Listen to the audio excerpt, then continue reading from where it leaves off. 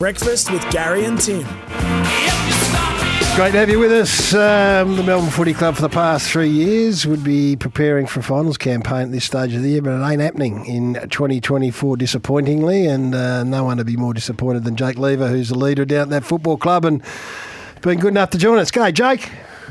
Thanks very much for having me, Gage. You didn't have to remind us, mate. No, I know, but it's the elephant in the room, and the Wisp reckons he's got the hard-hitting questions ready to roll, so I thought I'd get you in the mood for it. But give us a couple of Dorothy Dixons. I'll give you a couple.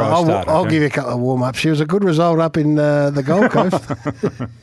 Yes, it was. It was. It was a great result. I thought that we, especially in the second half, you could see how powerful our midfield was, and once you start getting the ball inside 50, we knew that we had some talent down there, and I thought our big boys up forward really played really well, and all over the ground we had lots of winners, and it's a tough road trip up there, so we were pretty proud of the effort, but we quickly turned our attention to Friday night, which we're all super excited about. Are you ready yet, or do you want one more? No, one more? You just soften him up a little bit more, and then I'm coming in with a hard. All right. You had the 1964 Premiership members of Hassaman at the club yesterday, so 60 years since that flag. That would have been a good thing.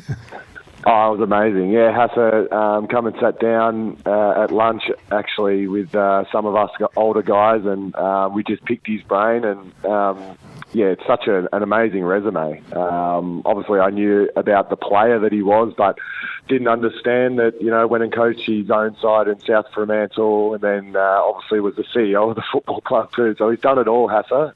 So it was great to have him down, and you could see the smile on his face when he got to watch training and be involved and everything like that. So it was a great experience. You ready? Yeah, I am. I'm comfortable asking Jake these questions because he's been around the game a long time. He's a senior man. He's a senior man. He's a leader there. I want you to know what you thought when you read that story about Christian Petrarca last week potentially wanting out of the club. Oh, look, my first reaction was, I don't think that's true at all. The person I've known, Christian Petrarca, I've known him since he was 17 years old, and for the past, how long have I been at Melbourne now? 7 years. We've been driving the club forward together and been really passionate about, making Melbourne a great team again. And obviously, I think a couple of years ago he signed a 7-year deal or something like that. So obviously, when you read stories like that, you're not sure if they're true or not. But obviously, track's been going through a tough time of late. So someone's going to try and grab onto a story. But for me, I've seen a person that comes into the club every single day and tries to drive the club forward. So for someone, that I've seen every day do that, and then the story comes out, it was a big shock to me. When you sat down with him last week, and you don't have to reveal the detail and content of what it was that he discussed with you a couple of days ago. Sorry, did that put your mind more at ease, and did you have a greater level of understanding of where he's been and what he's been through? Oh, absolutely. I think that the thing with Track is we probably just haven't understood what he's gone through since his injury. He spent a long time away from the football club, and for senior players like myself, it was just more of a real eye opener of what he's been going through, and then a greater understanding. And you can see now. I know he wasn't in a hell of a lot over the past sort of 10 to 12 weeks, but since he's spoken to the group and just spoken about what he's gone through, you can see him coming through the door, and it was almost like a weight had lifted off his shoulders, and he's back involved in his smiling face at the football club again, and that's the Christian Petrarca that I've missed over the last 10 to 12 weeks, and I fully understood once he explained to me that he needed time away from the footy club and he needed time with his fiancée Bella, and to really get away. And football wasn't that priority at that time, which is completely understandable. I think that everyone goes through his ups and downs in lives, and his happens to be just a little bit more public than most others. So I love seeing him in the football club now, smiling face. You could see that there's a bit of a weight lifted off his shoulders. He just couldn't. I think he just said to us he just couldn't speak to us sort of 5 to 6 weeks ago. He wasn't ready to talk about it. He sort of hadn't come to terms with it himself, let alone trying to speak in front of 44 guys that you see every day. Hey, Jake, just one final question on this, and only because this was reported that players at the club were upset and disappointed or angry about the fact that he'd gone away to Noosa. Was that the case at all? Oh, absolutely not. I think that the thing with these issues is that a lot of this information is confidential between track and whoever he's speaking about. So I think the question was, at the time, was just sort of, where's track? Yeah. And I think that, as we all know in the media world, once that question sort of gets asked, then it snowballs into, we're pissed off or we're angry that he's not at the football club. But that's never been further from the truth. We understood that he must have been going through something. People close to him was in constant conversations with him, but in the end, we just love the person that he is, and we know that he's a leader of our football club. So I sat there and thought, I'd love Christian Petrarca in at the footy club every day, bringing his jovial self and bringing energy at a time where we were really struggling. Like we were not playing very good footy, or we were losing games by small margins, and we're just sitting there going, oh, how good would it be for Track to be at the football club? But in the end, that was his time away, and I think as a footy club, we've really moved past sort of making sure that everyone's in at the footy club all the time. Like, we want to give people space and time if they need it, and it definitely gave me a clearer understanding once he got up in front of the group and explained, and it made me understand it a lot more. Well said. Jake Lever, Melbourne leader and defender. So the bottom line is the Demons won't play finals, and there's a supporter group out there that'll be saying, okay, well, Max is recommitted and now Jack's recommitted, and you've locked away Cozzy and you've locked away Clayton Oliver. Why was the year this year not what you wanted it to be, in your own words? Oh, look, I think that it's a bit like the whole season in terms of everyone you can see go through ups and downs. I would have said 6 weeks ago you would have locked in Sydney for the premiership, and it was going to be a race on who's going to be second. But I think for us, we just have been really inconsistent with some of the things that we're good at. We've obviously had some injuries to some key players at key times. Obviously, we've spoke about Track, but Clary's obviously had a bit of an issue with his hand all year.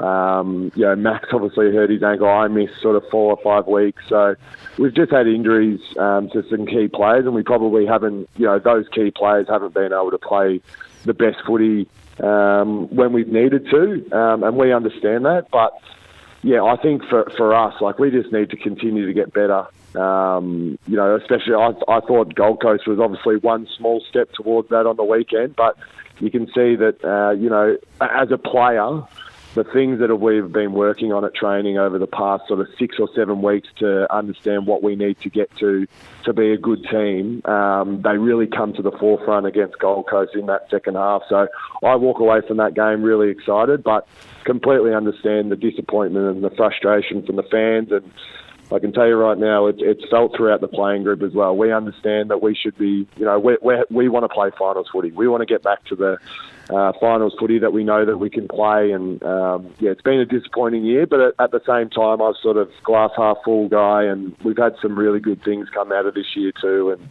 there's been a bit of adversity, and that's where you get growth out of.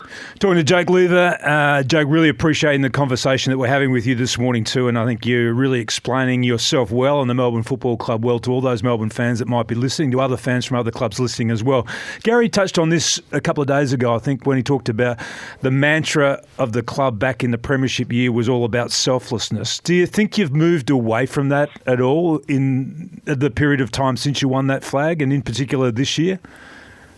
Oh, look, I don't think so. I think that, as I said, it's hard to listen to some of those comments because you're involved in the football club every day, and you see how much work people do with each other and how committed we are to the team. But potentially you just see things in a football game that, it's a fast game, and I know that, shot selection and all that's a big topic at the minute throughout the AFL, but understanding that, I think that nobody goes out there and thinks to themselves, I'm going to be selfish and I'm going to just, try and kick goals whenever I get the ball inside 50, or I'm not going to give the hand pass to my teammate. I think that just the game's just so fast, and it's funny because I think when you're not performing on the weekend, those things come to the forefront because, someone like, say, Cozzy, if we told him to handball the ball every time he's in forward 50, he wouldn't be the great player that he is. Bailey Fritz is another example of that. We trust these guys to make decisions, and I guess from the outside, potentially, maybe it does look selfish, but this is why these guys, play football. This is why they get paid. We understand at times they're going to get the decision wrong, but we're going to really drive the team first stuff. I think that's been a common theme from the leadership group over the past 6 to 7 weeks, and it feels like it's coming from Goody and the other coaches as well. Like, we're going to really drive team first and doing things for the team, and not to say that we've gone away from it, but potentially we've just thought that that's how everyone thinks, and we might have forgotten about it. Yeah, that comment I made was just on that, not the specifics about not handballing and choosing to do this.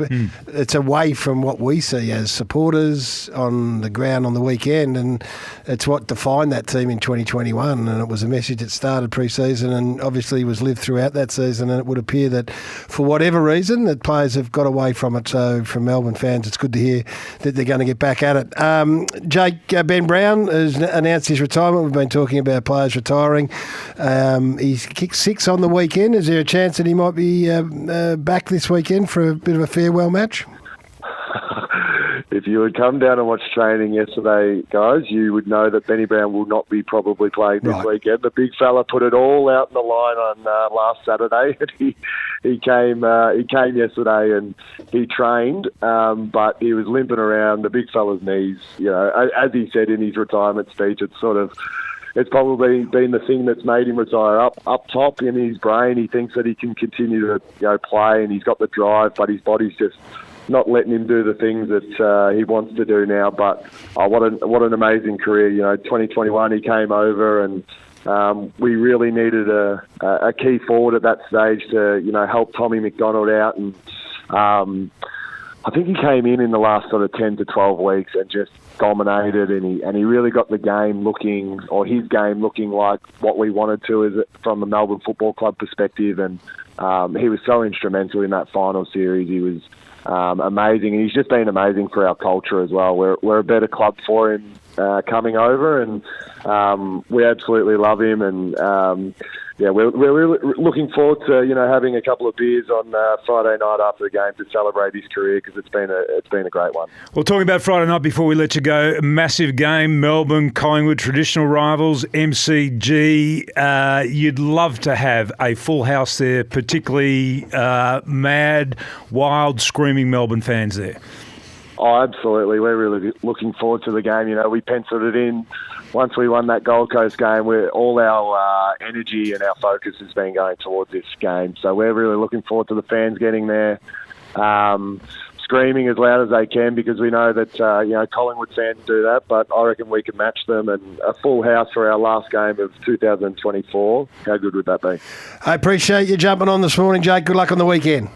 Thanks very much, guys. Jake up there, and it is a challenge for Melbourne fans, because I went to that game on Saturday, and it was a Collingwood home game, obviously, against the Brisbane Lions, and the chances of them playing finals pretty slim, 61,000. 61,000. And they were nuts. So there's a challenge for the Demons fans. It is a Melbourne home game, and we know that they're not going to play finals. Last chance to see them for the year. Get out there, fill the MCG. I know the Pie supporters will go, so let's hope that the Melbourne supporters can pick up that challenge. And there's a guy called Toff who sent a few interviews. He wants that interview to keep going and going and going. Want to see more from the D's? Then don't forget to subscribe up here.